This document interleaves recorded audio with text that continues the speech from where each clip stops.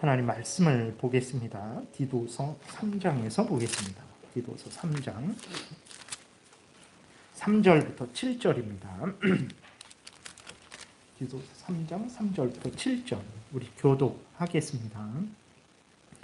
우리도 전에는 어리석은 자요, 순종하지 아니한 자요, 속은 자요, 여러 가지 정욕과 행락에 종노릇한 자요, 악독과 투기를 일삼은 자요, 가증스러운 자요, 피차 미워한 자였으나 우리 구주 하나님의 자비와 사람 사랑하심이 나타날 때에 우리를 구원하시되 우리가 행한 바 의로운 행위로 말미암지 아니하고 오직 그의 긍휼하심을 따라 중생의 씻음과 성령의 새롭게 하심으로 하셨나니 우리 구주 예수 그리스도로 말미암아 우리에게 그 성령을 풍성히 부어주사 우리로 그의 은혜를 힘입어 의롭다 하심을 얻어 영생의 소망을 따라 상속자가 되게 하려 하심이라. 아멘.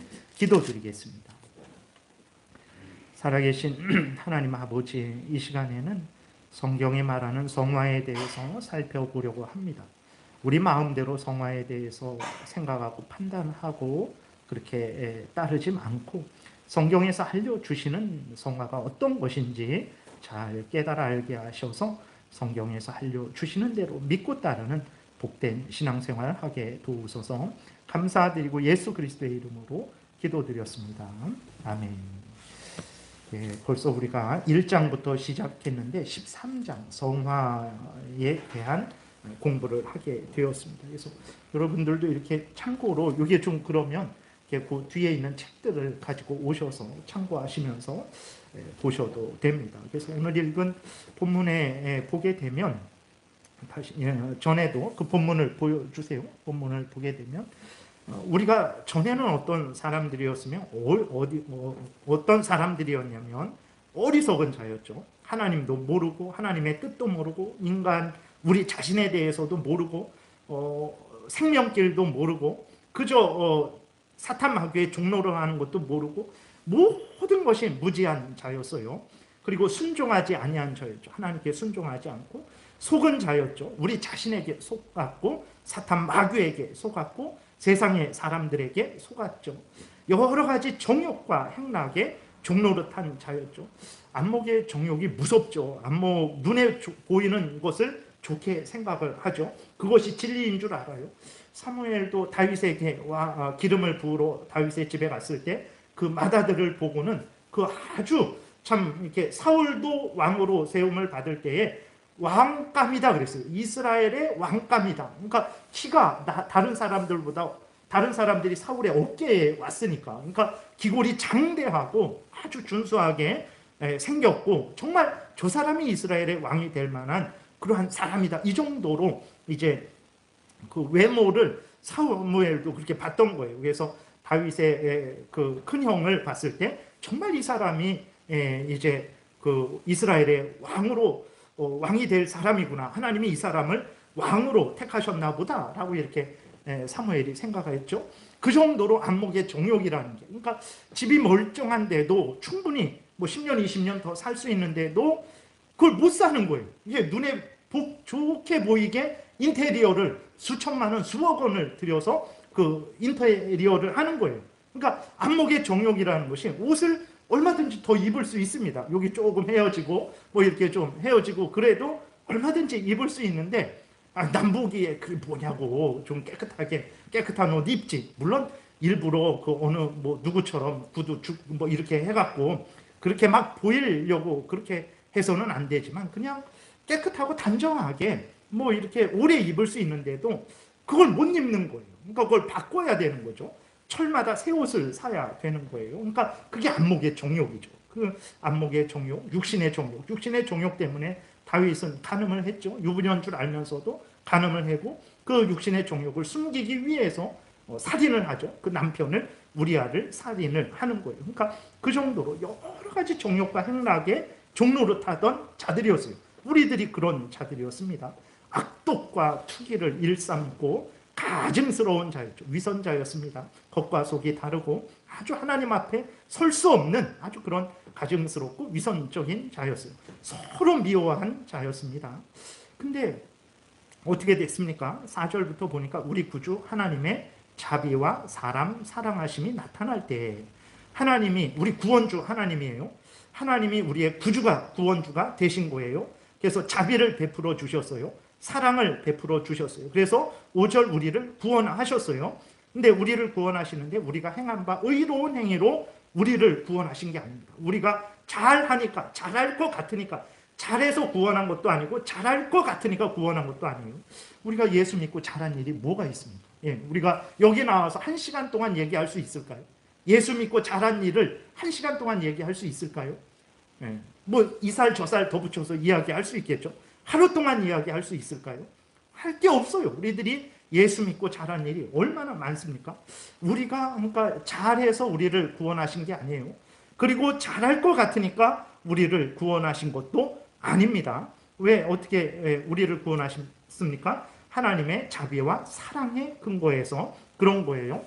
이렇게 좀 밖에 나가보세요.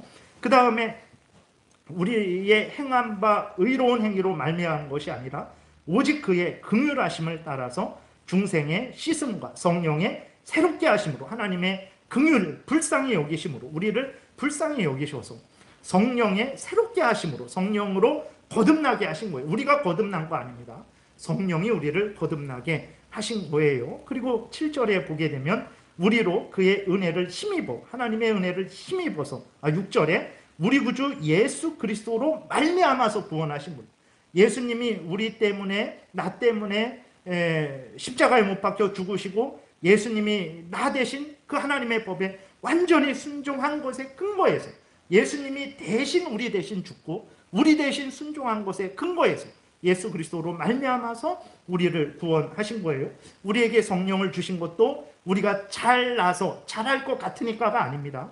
예수님이 우리 대신 죽어주셨기 때문에 예수님 때문에 우리에게 성령을 부어주신 거죠. 그래서 우리로 그의 은혜를 힘입어 의롭다 하심을 얻어 영생의 소망을 따라 상속자로 만들어주신 거예요. 그러니까 우리를 거룩한 자로 만들어주신 거예요. 그러니까 이게 성화입니다. 성화라는 것은 죄로 오염된 자들의 전인격을, 본성을, 우리가 죄로 오염되어 있었죠. 우리가 우리의 본성이 어땠습니까? 그 3절에 어리석었고 순정하지 아니하고 속았고 여러 가지 정욕과 행락에 종노릇했고 악독과 투기를 일삼았고 가증스러웠고 피차 미워한 악을 행하는 자들이었어요.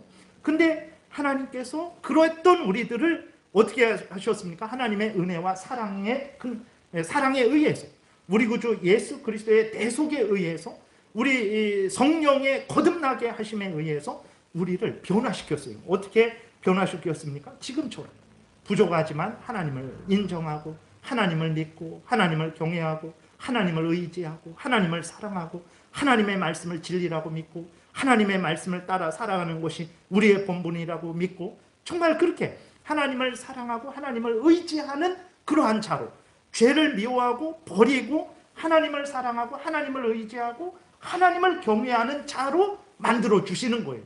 만들어 주셨고 점점 더 완전하게, 죄를 마지막 때가 되면, 우리가 천국에 가게 되면, 예수 그리스도께서 오시게 되면 그때는 완전히 죄를 미워하고 버리는 자, 죄에 대해서는 전혀 생각도 않는 자로, 그리고 하나님에 대해서는 전적으로 마음과 뜻과 정성과 목숨을 다하겠죠.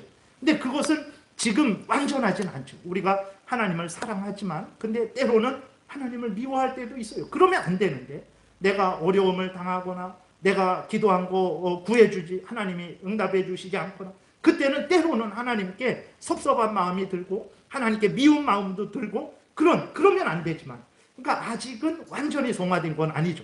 완벽하게 성화된 건 아니에요. 근데 하나님이 점점 때로는 내가 어떤 큰 재앙을 당해서 괴롭고 고통스러워서 하나님께 불평하고 원망하기도 하죠. 근데 이러면 안 되지. 내가 어떻게 하나님한테 원망하고 불평을 하는가? 그러면서 다시 회개하게 되는 거죠. 그러니까 사람이 변했어요.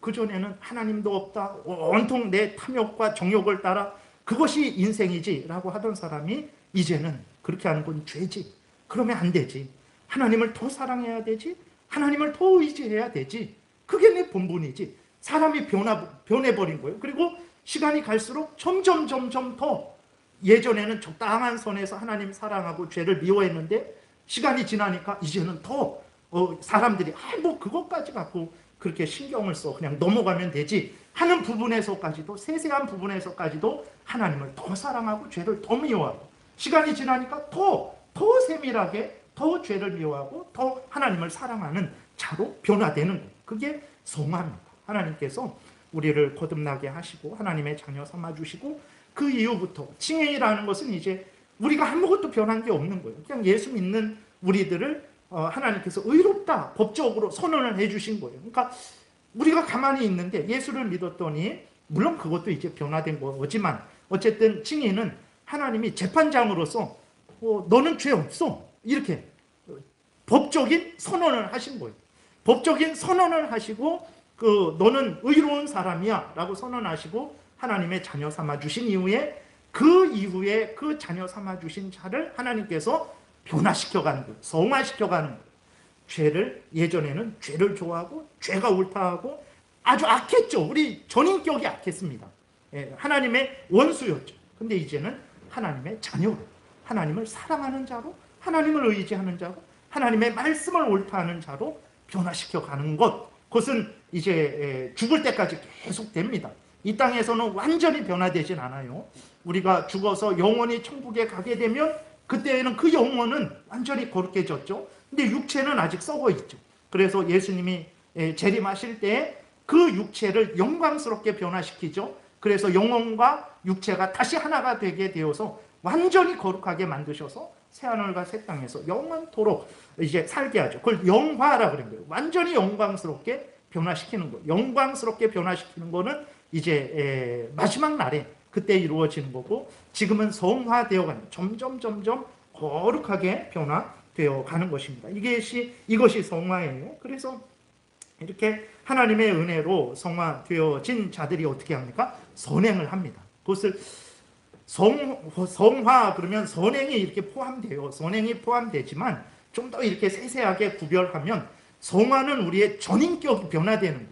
하나님의 원수였고 죄인이었고 사탄의 종이었고 종로로 타던 그 마음이 우리 전인격이 이제는 그러한 것을 미워하고 하나님을 더 사랑하고 하나님의 뜻을 옳다하는 사람으로 변화된 거예요. 내 인격이. 그게 이 죄를 향하던 내 인격이 하나님을 향하는 자로 변화된 거예요. 점점 이렇게 조금씩 변화되어 가게 해서 나중에는 마지막에 완전히 변화시켜 가는 거죠. 이렇게 하나님의 은혜로 거룩하게 변화를 받는 자들이 성화되어 가는 자들이 선행을 하는 것입니다. 그러니까 성화된 자들은 반드시 선행을 해요. 선행이 무엇입니까? 단순히 세상적으로 착하게 사는 게 선행이 아니고 선행이라는 것은 하나님의 뜻대로 살아가는 게 선행이에요. 십계명을 따라 살아가는 게 선행입니다. 이 하나님의 성경 말씀을 따라 살아가는 게 선행이에요. 그러니까 누가 선행을 하냐? 누가 십계명을 따라서 살아가냐? 누가 성경 말씀을 따라 살아가냐? 성화되는 자들이 그렇게 살아가는 거예요. 성화되지 않는 자들은 절대로 십계명을 따라 살아가지 않습니다. 성경 말씀을 따라 살아가지 않아요. 근데 점점 변화되어 가지만 아직 연약해갖고 그 변화된 모습이 행동으로 온전히 나타나지 않을 때가 있어요. 어느 정도 성숙했지만 우리도 화가 날 때에는 소리를 지르고 잘못을 한단 말이에요.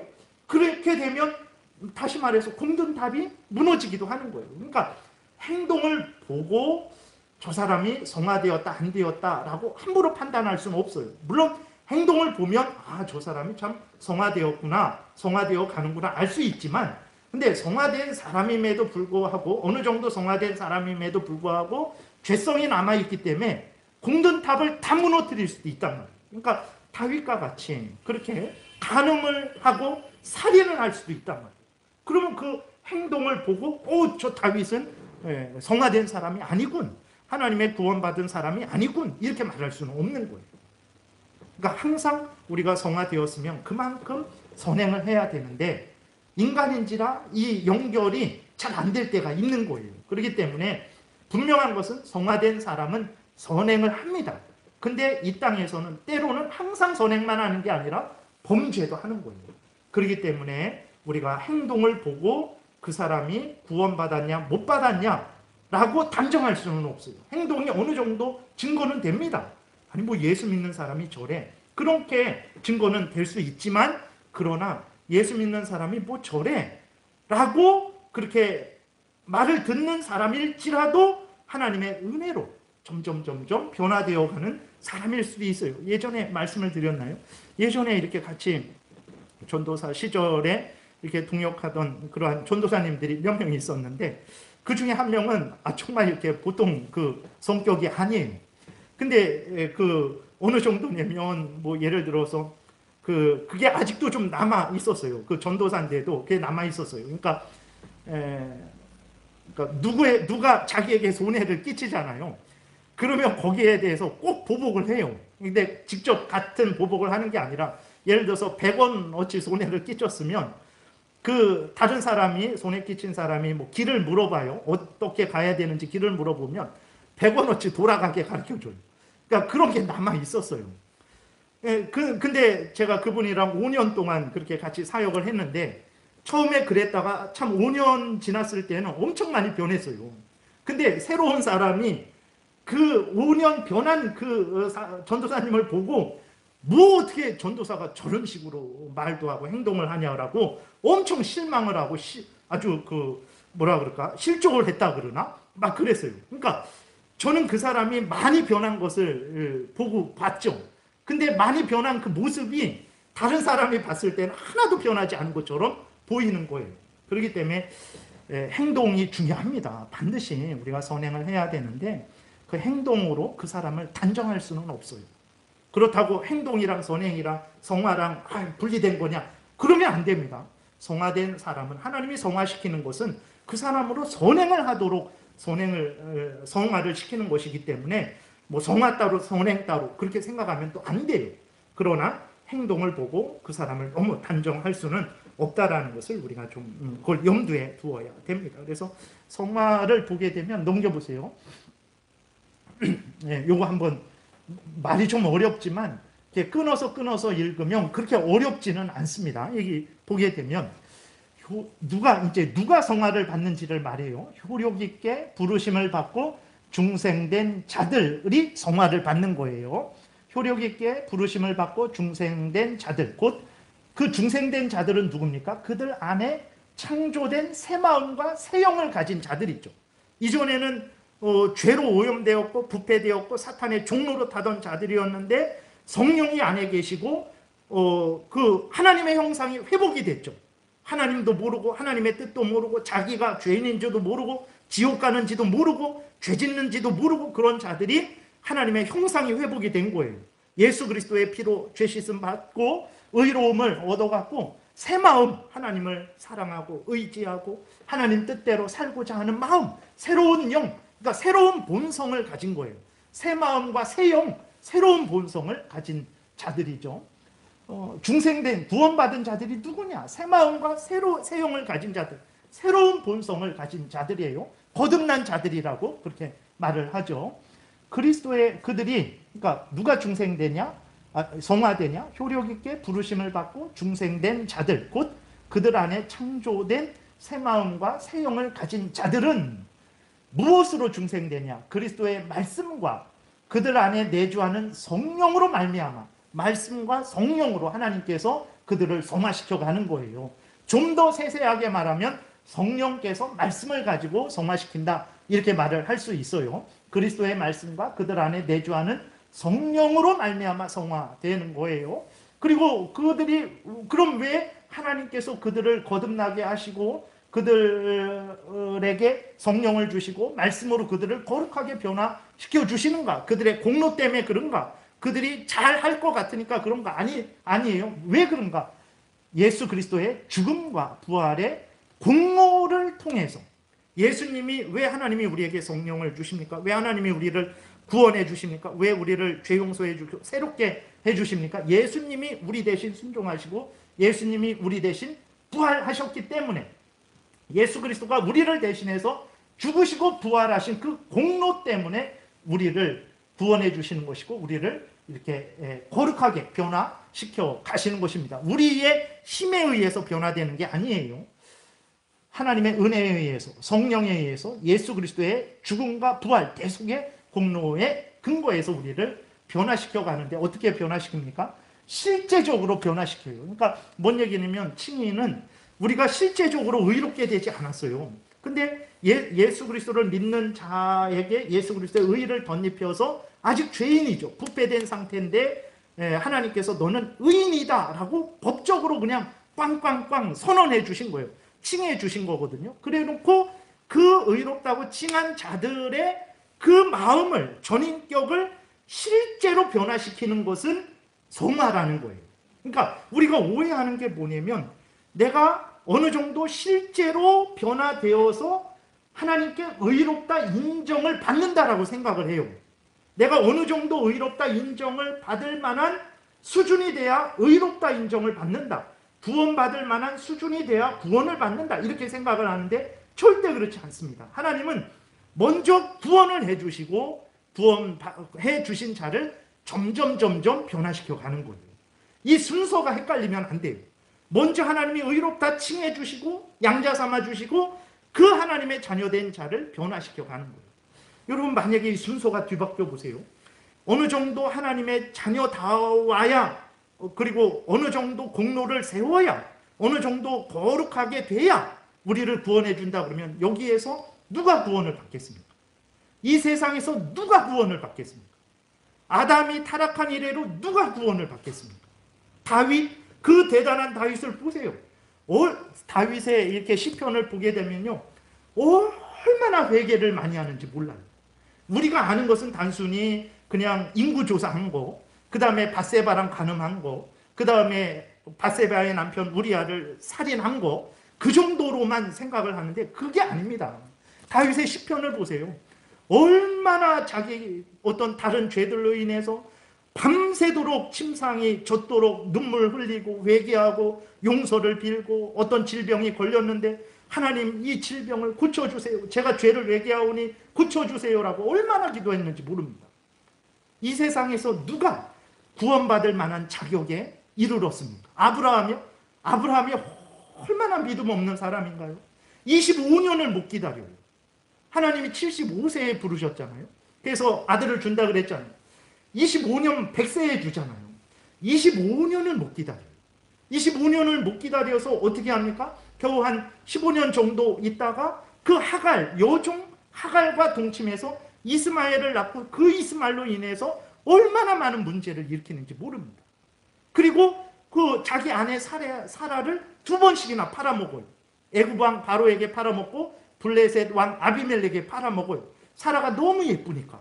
그 애굽에 내려갔을 때 애굽 왕이 사라를 취하려고, 자기가 남편이라는 걸 알면 자기를 죽이고 사라를 취할까봐 겁이 나서 사라에게 내 누이 동생이라고 좀 그래 부탁을 한다고. 그래서 실제적으로 애굽 왕이 물어봤어요. 누구냐?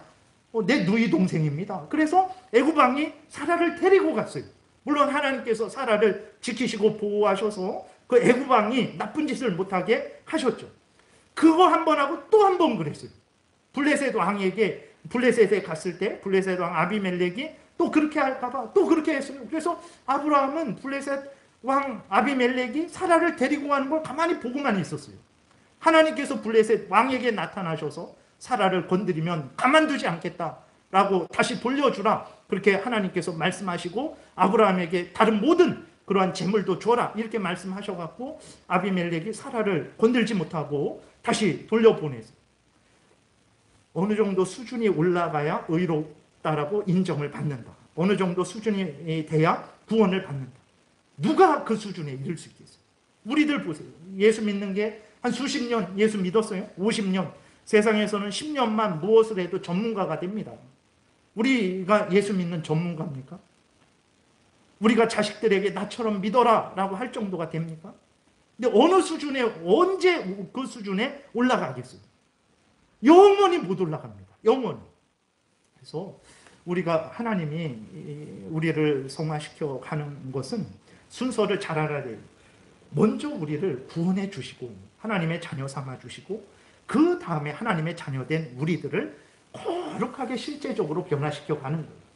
우리들이 변화되니까 그 다음에 우리를 하나님의 자녀 삼아 주시는 거 아닙니다. 그러면 누가 구원을 얻겠어요? 그게 아니고 여기서도 분명히 오늘 본문 디도서 3장에서도 분명히 얘기했죠. 우리가 행한 바 의로운 행위로 말미암은 것이 아니다. 하나님의 사랑에 의해서, 불쌍히 여김에 의해서, 예수 그리스도의 죽음과 부활에 의해서, 성령의 새롭게 하심에 의해서 된 것이다. 여기서 그대로 말을 하고 있는 것이죠.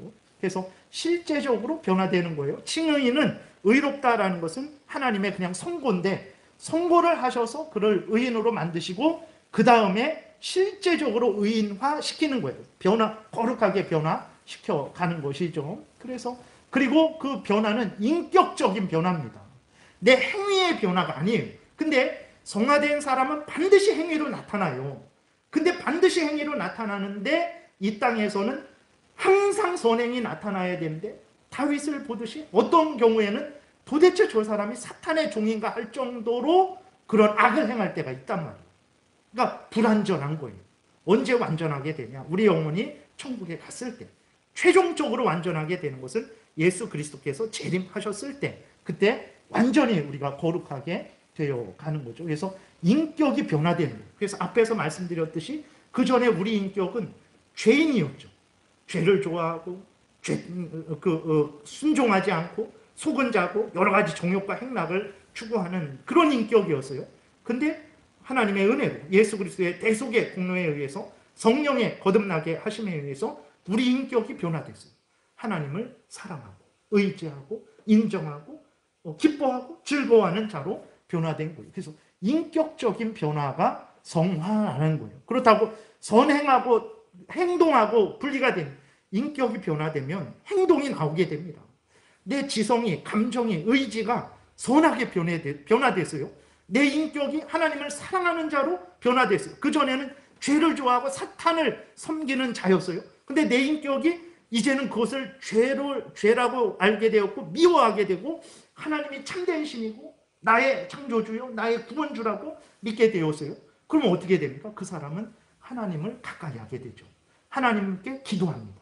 하나님께 찬송해요. 하나님의 말씀을 따라 살아갑니다. 인격이 변화되면 행동이 변화되는 거예요. 인격이 변화되는 것을 성화라고 말을 하는 거예요. 하나님이 우리 인격을 변화시키는 거예요. 거룩하게 변화시키는 거예요. 그전에는 거룩하지 않았죠.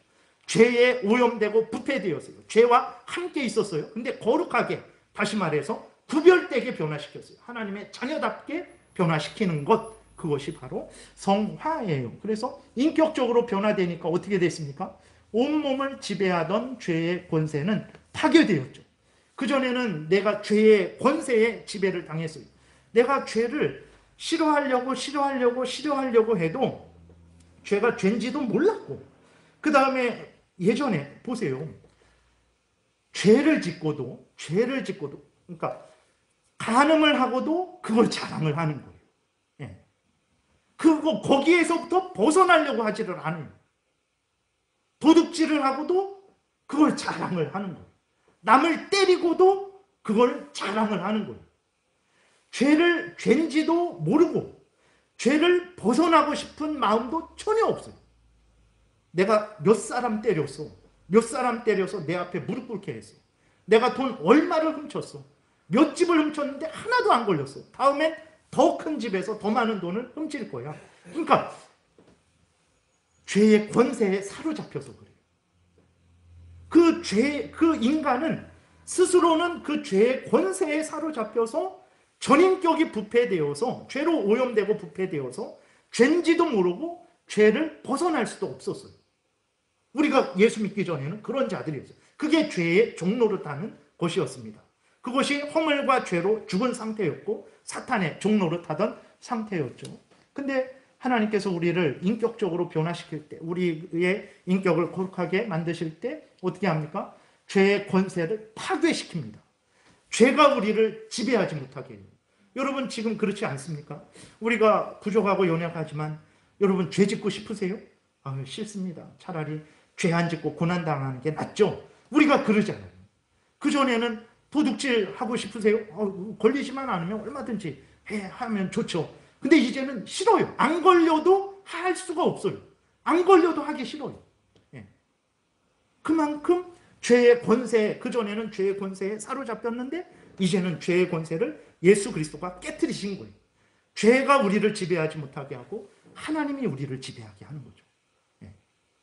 하나님의 말씀, 하나님의 은혜가 우리를 지배하게 하는 거예요. 죄의 권세를 파괴되고 그 죄의 여러 가지 정욕들이, 여러 이생의 자랑거리에 대한 정욕, 안목의 정욕거리, 육신의 정욕거리에 대한 정욕, 이 세상에 대한 그 미련함들, 여러 가지 그러한 것들이 점점 약해지면서 사라지는 거예요. 아직은 남아있죠. 우리도 좋은 게 좋잖아요. 좋은 차가 좋고 돈 많은 게 좋고 화려한 집이 좋고 뭐 아름다운 게 좋고 여전히 그래요. 그러나 그것이 전부는 아니죠. 그래서 점점 세상에 죄악된 정욕들이 약해지며 사라지는 거예요. 그리고 그들은 구원의 모든 은혜 안에서, 하나님이 주시는 그 은혜 안에서, 예수 그리스도의 대속의 공로에 근거해서, 성령의 역사하심의 근거해서, 하나님의 은혜의 근거해서 참된 거룩, 참된 거룩의 실천, 하나님의 말씀을 따라 살아가는 것, 십계명을 따라 살아가는 것, 그것을 향해서 점점 더 살아나는 거예요. 내가 더 하나님을 사랑해야지, 더 하나님의 뜻을 따라 살아가야지, 더 하나님의 말씀대로 살아가야지, 내가 내 직분을 더 감당을 해야지, 내가 더 기도해야지, 이러한 참된 거룩의 실천을 향해서 살아나는 거예요. 그전에는 죽었었어요. 아니 왜 교회를 가지? 아니 이 사람들아, 집에서 쉬어, 텔레비를 봐, 아니면 뭐 산으로 들러가, 그게 더 유익이야. 그렇게, 그래서 예배드리고 주의를 지키는 것이 어리석고 보였어요. 근데 변화되고 나니까 주의를 지키고자 하는 마음, 사람들이 다 산으로 놀러 가자 그랬을 때 싫어, 나는 교회 갈 거야, 나는 예배 드릴 거야, 나는 기도할 거야, 나는 그 거룩의 실천에 대한 그 마음이, 행동이 점점 살아나는 거예요. 살아나고 힘을 얻어서 친구들이 유혹해도 나는 교회 갈 거야, 나는 기도할 거야, 예배 드릴 거야, 이렇게 되는 거예요. 이 거룩함 없이, 이렇게 성화됨 없이 주를 볼 수 있겠습니까? 못 봐요. 그러니까 우리가 내가 정말 하나님의 은혜로 내가 점점 성화되어 가고 있는지를 살펴야 됩니다. 정말 예수 믿는다라는 것은 무엇인지, 그냥 단순히 교회 다니고 단순히 예배 드리고 그런 게 물론 그것도 포함되지만 그 핵심은 바로 이러한 역사가 내 안에 있는지, 아니면 그냥 습관적으로 교회 나오고 형식적으로 교회 나오고 어렸을 때부터 나온 것이 하나님을 인격적으로 만나지 못하고 하나님을 나의 창조주요 구원자요 살아계셔서 역사하시고 나를 돌보시고 나를 이끄시고 의인들에게 상 주시고 죄인들을 심판하시고 마지막 날에 나를 영원한 천국으로 인도하셔서 그 천국에서 나로 하여금 영광을 누리게 하신 그 살아계신 하나님으로, 보이지 않지만 나와 함께 하시는 하나님으로 믿고 섬기는 것이 아니라 그냥 엄마 아빠가 예수 믿으니까 끌려 나와갖고 이제는 습성이 돼버린 거예요. 습성이 돼버려서 교회에 다니게 되는 것이라면 심각하게 생각을 해야 되고 자신을 돌아보고 그것을 올바르게, 이러한 하나님의 역사하심이 자기 안에 있는데 내가 세속에 물들어서 약해졌다면 회개하고 다시 새롭게 해야 되는 거죠. 근데 없었다면 정말 빨리 하나님 앞에 기도해야죠. 정말 예수님을 중심으로 믿게 해주십시오. 하나님을 정말 하나님으로 믿고 섬기게 해주십시오. 신앙생활은 하나님과 우리와의 교제입니다. 교제. 하나님이 우리의 아버지가 되어주시고 우리는 하나님의 자녀가 되는 거죠. 하나님이 우리의 하나님이 되어주시고 우리는 하나님의 백성이 되는 거예요. 하나님이 우리의 하나님으로서, 창조주로서, 구원주로서 우리를 지키시고 보호하시고 인도하시고 우리를 위해서 예수 그리스도를 보내주시고 우리를 위해서 모든 것들을 허락해 주시고 우리는 그 은혜를 실제적인 하나님이 주신 것으로 믿고 기뻐하고 즐거워하고 하나님께 감사와 영광과 찬송과 예배를 온 일생을 드리는 거죠. 내가 찬송 드릴 때 하나님이 받으신다. 내가 기도 드릴 때 하나님이 받으신다. 내가 간구할 때 하나님이 도우신다. 하나님은 나와 동행하신다라는 그런 분명한 믿음의 교제가 있는 거예요. 그게 신앙생활입니다. 그렇지 않은 것은 신앙생활이 아니에요. 그러니까 이러한 작은 한 문단이잖아요. 근데 이 성경 전체가 요약된 거예요. 근데 성화에 대해서 이렇게 핵심적으로 자세하고 분명하게 요약한 게 없어요. 그래서 우리가 이런 것들을 공부하는 내용이 하나님의 그 성경에 나와 있는 하나님의 뜻을 아주 핵심적으로 빨리 이해할 수 있고, 그 다음에 또 다른 사람들에게 얘기해 줄 때 아주 핵심적으로 얘기해 줄 수 있는 거예요. 오늘은 이제 성부에 대해서는 이렇게 좀 살펴보지 않았습니다. 근데 오늘은 여기까지 2항, 3항까지 있거든요. 그래서 다음 시간에는 성구까지 한번 살펴보면서 또 이제 정말 이렇게 말하고 있는가, 성경이 이렇게 말하고 있는가 한번 확인해 보고 또 성화에 대해서 이렇게 마치는 시간을 갖겠습니다. 여기까지 공부하겠습니다. 그리고 혹시 질문 있으세요? 지난 시간에 이렇게 말씀드렸었는데 이런 거에 대해서든 아니든, 그러니까 예배인데 이렇게 낮 예배가 공적으로 이렇게 좀 예배드리고, 되게 오후 예배는 예배인데 좀 뭐랄까 성경 공부식으로 많이 이렇게 합니다. 그래서 여러분 질문하실 거 있으세요? 없으세요? 그러니까 있어도 되고 없어도 되고, 아니면 뭐 예배 다 끝나고 질문하는 순서 이렇게 가져도 되고, 그렇습니다. 그럼 여기까지 이렇게 마치겠습니다. 기도드리겠습니다. 살아계신 하나님 아버지, 감사합니다. 우리들은 성경을 많이 읽고 또 이렇게 열심히 봤다고 했는데, 성경을 통해서 알려주시는 하나님의 뜻을 찾기보다는 내가 원하는 대로 생각하고 말하고 행동하는 것이 참 많아서, 정작 성경을 통해서 알려주시는 하나님의 뜻에 대해서는 참 무지할 때가 많은데, 은혜를 내려주셔서 우리 눈을 밝혀주셔서 깨닫는 마음을 주셔서 성경을 볼 때마다 하나님이 어떤 분인지, 하나님이 무슨 말씀을 하셨고 무슨 일을 하셨는지, 우리에게 원하시는 것이 무엇이고 가르쳐 주시는 것이 무엇인지를 잘 배워서 하나님이 알려주시는 대로 믿고 따르게 도우소서. 감사드리고 예수 그리스도의 이름으로 기도드렸습니다. 아멘.